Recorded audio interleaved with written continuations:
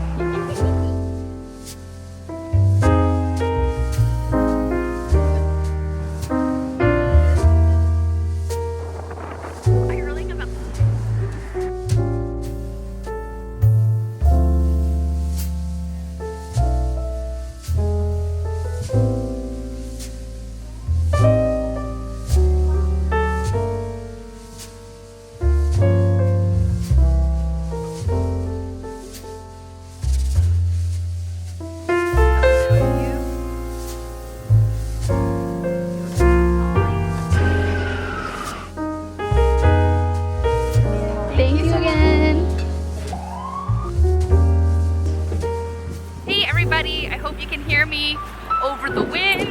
We're gonna give, actually this is giving a jog. Hi you guys, hope you can hear me over the wind because it's a blustery day. But me and Michelle are here together and we're just wandering through the East Village.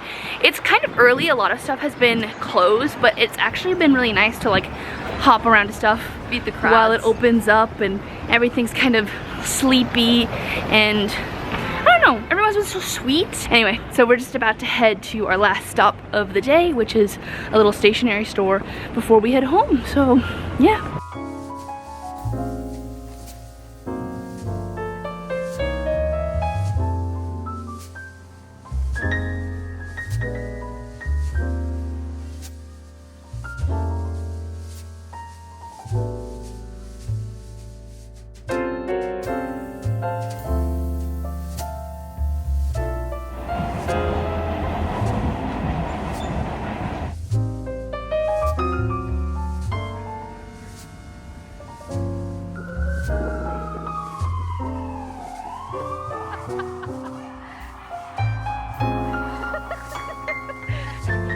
Hello, I am back at the house now. Michelle is in the kitchen making dinner.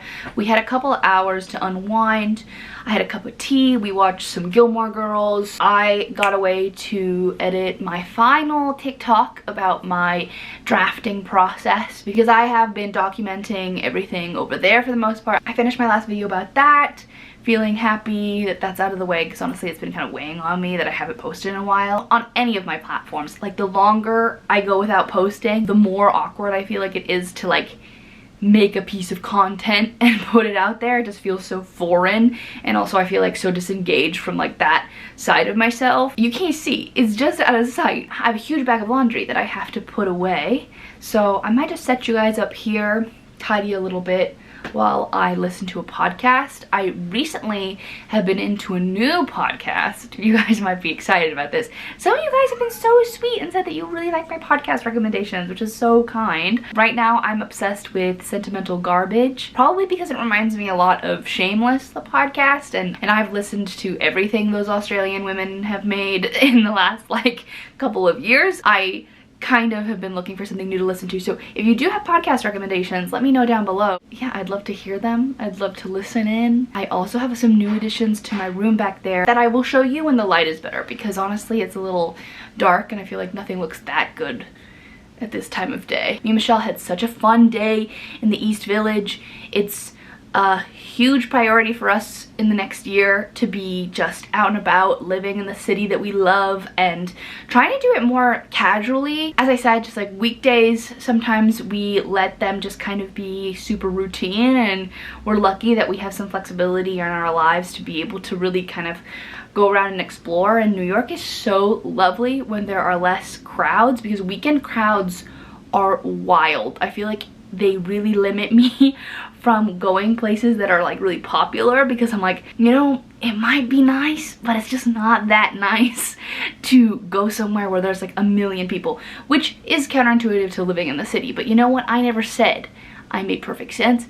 I only said that I live here, because there are so many pockets of the city that are like super lovely and quiet, and I just end up hanging out there. But it is so fun to go to places that are like more like slightly trendy and like check things out like that. So honestly, had a great day. So I'm just gonna clean this up because I don't want to worry about it after dinner, because I work so early tomorrow.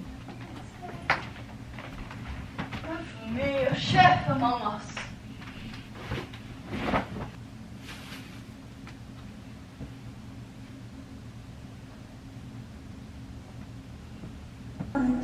Your hands are so cold.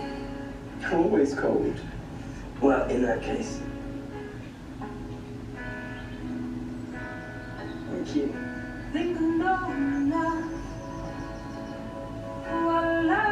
There we go.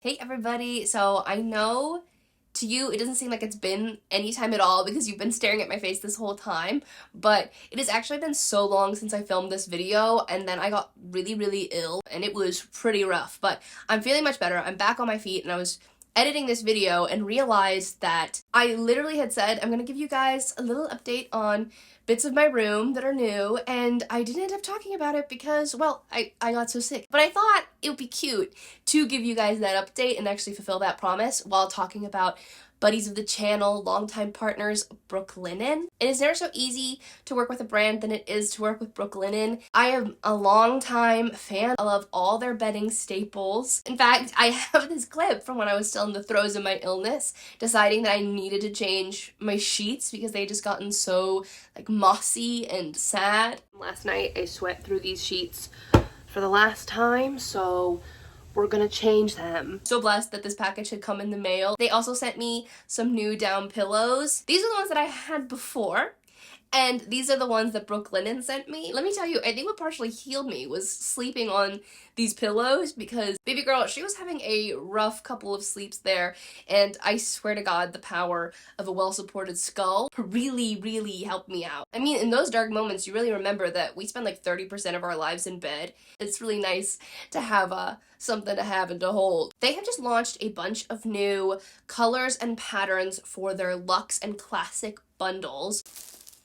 I chose this really classic white and mahogany stripe for both my duvet and my sheets. It is giving like cabana, it's giving little cabins, woodsy fishing lodge, but still elevated, you know? I don't know about you guys, but I'm trying to invest consciously and intentionally with my money and make sure that the basics that I'm acquiring in my life are something that was made to stick around for the long term, and Brooklinen does just that. On one of my beautiful new pillows, you will see my toffee shams. I've had my toffee duvet cover from them for over a year. It looks brand new still. It gets softer with every wash. And if you're watching this before February 20th, they are having a President's Day sale, which is crazy. But if you're watching this after February 20th, you can always use my code and get a cheeky discount that way, okay? It's not going anywhere. Now, let me show you a couple other things that are behind me that I'm obsessed with. So, I don't know if I ever talked about this, but I did get a brand new nightstand and was lovingly gifted to me. I am absolutely obsessed. It also is so much wider than my last one, so I can put so much more stuff on it, which is huge. I also have these additions here that you can see on this far wall. These two I recently brought back with me from Montana. This first one I've had for a while. I got it at a Montana Goodwill in 2020 when I was trying to decorate my space, my office space at home, because I'd moved home and was trying to find inspiration in my childhood bedroom, and this is really, really cute. And this one here is a little mirror that I got at the Montana Antique Mall. It's a mirror with little daffodil engravings, and I absolutely love it. It's also really handy to just have another mirror. Wanted to add some circular things to this wall just to break up the squares, because I have a lot of like squares around here. It's giving kind of a gallery wall sometimes, and I thought that these two would be a great fit. They just happen to be exactly the same size and shape, which was just a happy coincidence. So I'm really, really in love with those. And lastly, I have my wicker piggy bank, which is something I never knew I needed. She's gorgeous, she's beautiful, she makes me me. She is impossible to take coins out of though, so she is mostly decorative, and that's just me being real with you.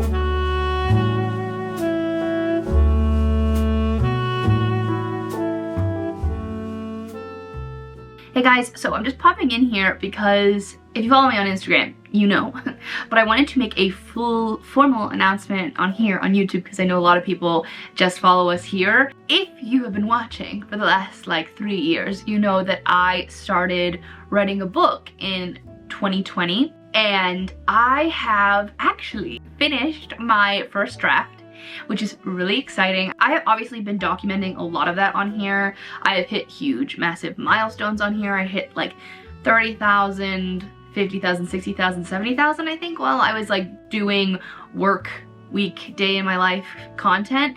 So you guys have been along for so much of this stuff because obviously it's huge. I've never written a book before. You guys also asked me some questions on Instagram and I wanted to answer them in this little like chatty Q&A. I finished the draft on the 2nd of January.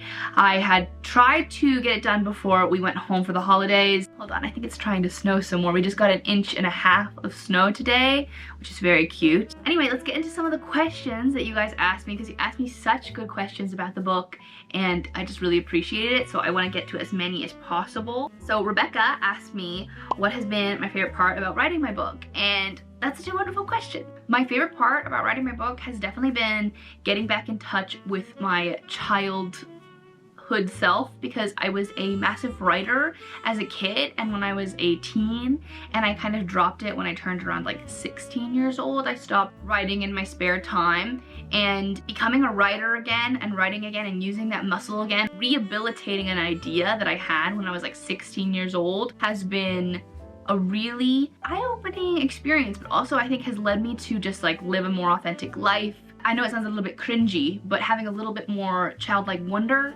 is something that's been really, really cute to experience on the day-to-day. It feels like almost like a homecoming moment, I guess, which has been an unexpected yet very joyful part of the process. Rebecca also asked tips for a beginning writer. I mean, this is cliche and people talk about it all the time, but I do think that if you're not already reading pretty consistently, to try to pick that back up. It is really hard to create something when you have no examples of like other good work that you admire. Figuring out like what you like, what writing styles you enjoy is huge. When I first started writing my book, I definitely wasn't as much of a reader. I think I usually read about 3 to 5 books a year maybe, and they were usually celebrity memoirs. Totally fine, I'm not a celebrity and I'm not writing a memoir. And when I started pivoting back into like fiction and fantasy and general fiction, it's been so crazy because I just have seen on the page how much better my writing has gotten as I have consumed more words. Yeah, I think that that's a big one, as well as navigating the negative self-talk is, I think, the toughest part about writing a book. If you are someone who considers that they have good taste, it is really frustrating to read your work while it's in progress and to not stop, over edit, and also talk down to yourself. That's something that I struggled with the most, I think, throughout this process. Creating stuff that you think is not that good is a part of creating, and it doesn't mean that you are not good, and it doesn't mean you don't have a ton of potential. I think this is a quote from like Little Miss Sunshine. I did not write this. I haven't seen Little Miss Sunshine, but I think I saw a clip of it on TikTok and I was like, oh wow, I say it all the time. One of my biggest fears was creating something that was really, really bad, right? And for a long time, that fear created paralysis, where I wouldn't do anything because I was so scared of being not good enough or not being a genius, you know? And I think now that I'm older, I'm much more afraid of not making anything. I would just say to go out and just start. Starting is the hardest part. And if you can stay out of your own way, you can wind up actually making something that you're proud of. But you completely derail your chances of making anything good if you never make anything at all. So that's my biggest advice. So read and just get started. You know, it doesn't have to be perfect. For those of you who don't know, I am working on a coming of age fantasy novel. I call it nostalgic fantasy. I try to draw upon some cozy-ish qualities of works that I grew up with. So that's what I've been working on, and Julie asks if I envision it being a series. The answer is yes. I see it mostly as a duology, and if it sells, I can sell them in a package. But if they don't, I will go back to the drawing board, and I won't try to work on the other books in the series until I do get an editor, and then maybe they will take them off my hands and we can bring that vision to life together. But until then, one book, I see it as a series, but we'll just see. Scarlett asked me how long did it take for me to draft, and am I excited to start revising? Great question. Here's the thing. I say that I've been working on this for 3 years, which I have, but the first year and a half was a lot of stop and starting. I did my outline maybe a year ago, you know? So before that, I was truly kind of flying blind because I was just throwing noodles at the wall and seeing what would stick. Truthfully, probably took me a year and a half to draft this first draft, but research and work on the project and character stuff has been going for 3 years, especially since I'm writing a fantasy. It's been the most complicated part for sure, and why I think so much of that initial work was useful was grounding myself. Where are we? What does this world look like? What are the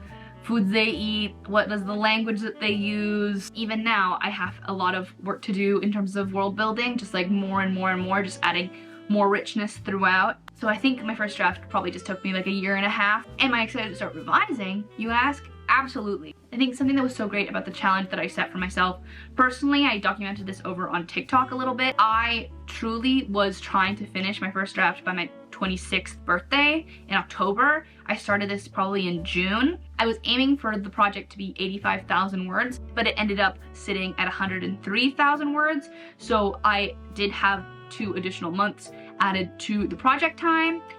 That wasn't my goal, but I don't really care because I got finished and I'm really proud of myself. But something that was so great about that is that it really motivated me to be writing nearly every day. I think I write on average 3 to 4 times a week. I do have that in my rhythm now in a way that I don't think I really did before. So that's been pretty huge for me. I am gonna take a little break just to get some space from the project so I can revisit it with true fresh eyes, a fresh perspective.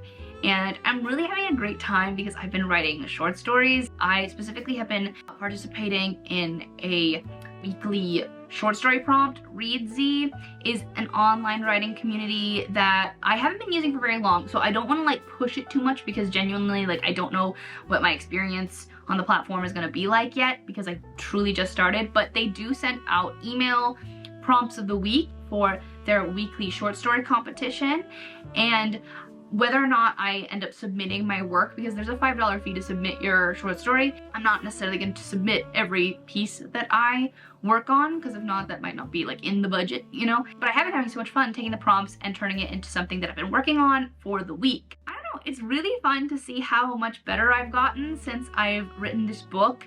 The way that my creativity is. It's so much more vibrant and accessible to me now that I have been practicing and honing this habit for a really long time. It makes me so excited to be like 42, you know, because like how good am I gonna be at 42? Probably excellent. Somebody whose screen name is Lubsy or Lubsy asked, do you plan to take a break from the book or dive into the second draft? And that's kind of been what I've been answering a little bit here. And I think taking a break and having shorter projects that are beginning, end, done, beginning, end, done, it is really healthy. Writing a book, like, you guys don't see what I'm working on and you don't get to read what I'm working on, but hopefully when I write these like shorter stories, personal essay stuff, I want to be able to have more of a public facing like writer identity, but also portfolio, and I think it'll make me go into my second draft with a lot more confidence. My friend Eliza, who I took a writing workshop with last year, who I was obsessed with, she asked me, how did you get past the 40K word, what the fuck am I doing part?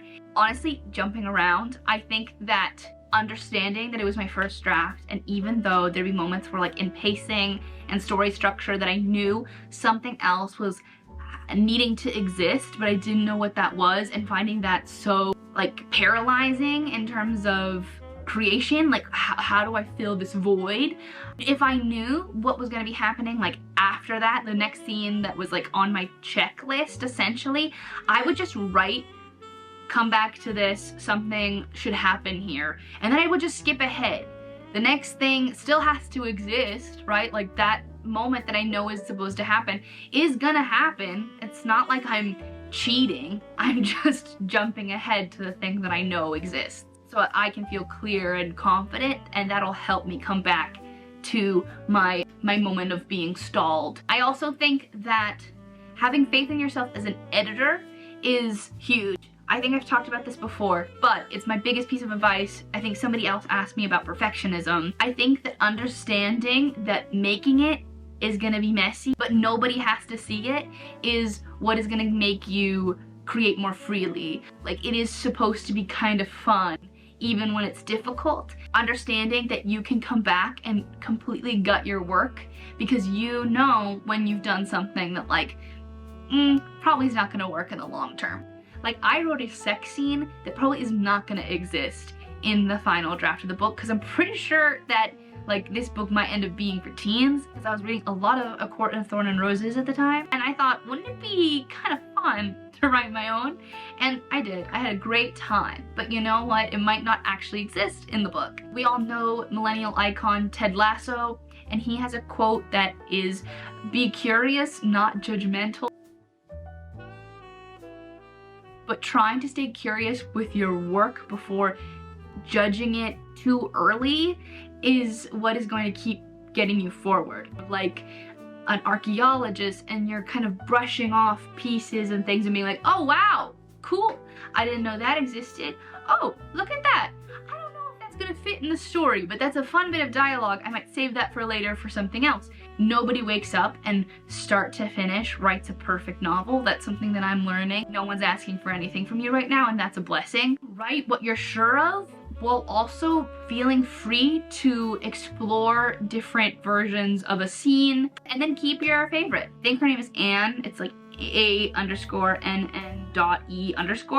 but she asked me for any tips of overcoming perfectionism in writing, especially in the first draft. As I said, because I need to be harsh with myself, because I am a very convincing voice of negativity when I want to be to myself, it is so much more interesting to make something bad than it is to make nothing. And I use my peers' creation of stuff as an excuse to value mine and to invest in mine. I think that we are living in a very ultra judgmental, critical, discoursey society where we are encouraged to kind of look at what other people, our peers, are making and go, oh yeah, well, that wasn't that good, so I could have made that. At least if you make something, you can laugh at it later. Like, that's a lot more interesting and a lot more fun than talking yourself out of, I don't know, writing a story that you might one day think is kind of embarrassing. My first go at writing a play, Michelle once told me that it read like a bad episode of iCarly. And now I look back and I think that's really funny. But it was actually a note on dialogue, and I feel like since I have become not a master, That's so embarrassing. But I feel like I am so much stronger at dialogue, and that is feedback that I've gotten at every single workshop and every single review of my work I've ever received from like peers and teachers was that I write really strong dialogue. And I would not be this good at it if I had not stumbled and been embarrassing with my iCarly version. So it's like you have to make stuff to learn the lessons. You cannot skip ahead and be automatically good. You learn through doing. You will never learn if you don't do. So all you're doing by paralyzing yourself with judgment is stopping yourself from having any kind of real growth, and that gets you nowhere. To be so neurotic that you're just a guy with no hobbies. That's me saying that about myself as well, because I have definitely been there. That's just how I've overcome mine, is kind of having a really tight grip on the reins when it comes to my inner voice that likes to tell myself that I'm no good at stuff and I shouldn't even bother. That's my advice from me to you. Michelle Skywalker asks, would love to hear your perspective on having goals but still being gentle with yourself. That is such a wonderful question. Figuring out the balance between being someone who's carving out intentional time for your work, your creative work, your real life, your real responsibilities, and then also like your inner life, like with your friends, with your family, with yourself. It is so complicated. I think being flexible at moving the goalposts and then moving on. I think it's phenomenal to have goals. I think it's phenomenal to have a timeline. For instance, like in my head, I'm like, I will be published by the time I'm 30. If I'm not published by the time I'm 30, I'm not giving up. I'm just gonna move the goalpost.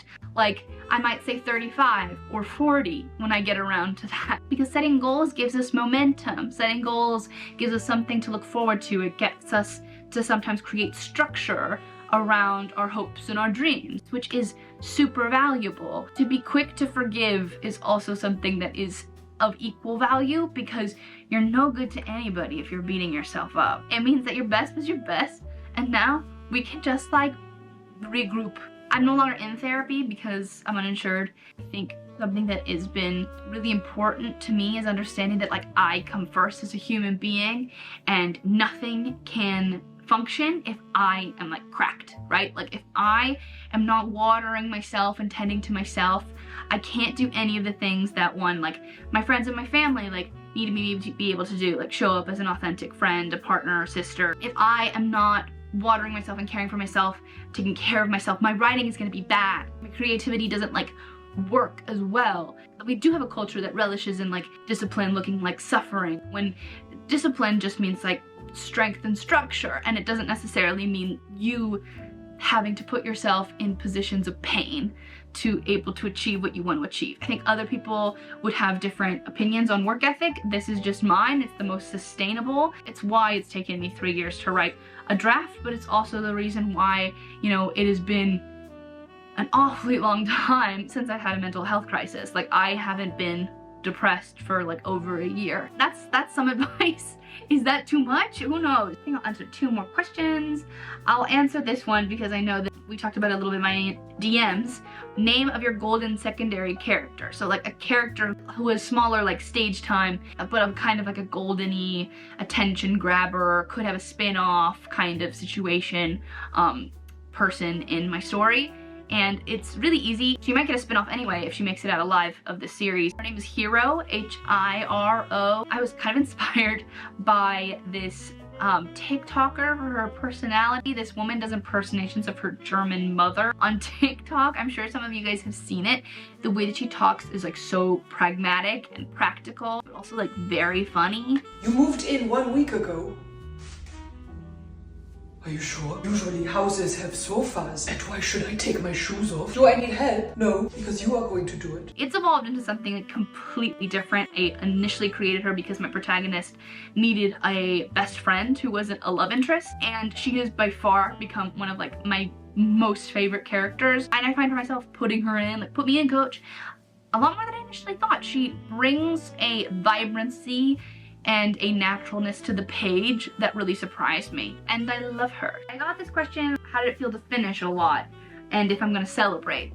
I got actually so many questions, which is so sweet. Maybe I'll do a part 2 in another writing vlog, but how did it feel to finish? It felt fantastic. Finishing has felt like a huge promise fulfilled to myself, which has just made me feel good. And I hate to bring up therapy again. God, she's silly, she's goofy, she's fun, she's lighthearted, she is a good time. When I was 21, I was very lost, and I went to therapy for the first time, and I was a shell of myself, like truly, like broken. B-R-O-K-E-N. And my therapist suggested that I make a list of things that I associate with myself, and we called doing those things value-driven behavior. And when you do your value-driven behavior, it aligns you with yourself, so you feel connected to who you are, because these are the things that you feel make up your personality, or you want to make up your personality at the very least. Finishing my book has been the ultimate value-driven behavior. It has felt like fulfilling the biggest promise to not just myself, but myself as a child, myself as a teen. Like, I used to write stories all the time. I have half-finished novels everywhere. This idea, as I said in my Instagram post, and I think I said this a little earlier, this idea comes from being like 16 years old and it being an image that I couldn't get out of my head. Feels so much like love for 16-year-old Aline. She was actually really great, no matter the opinion that she had of herself.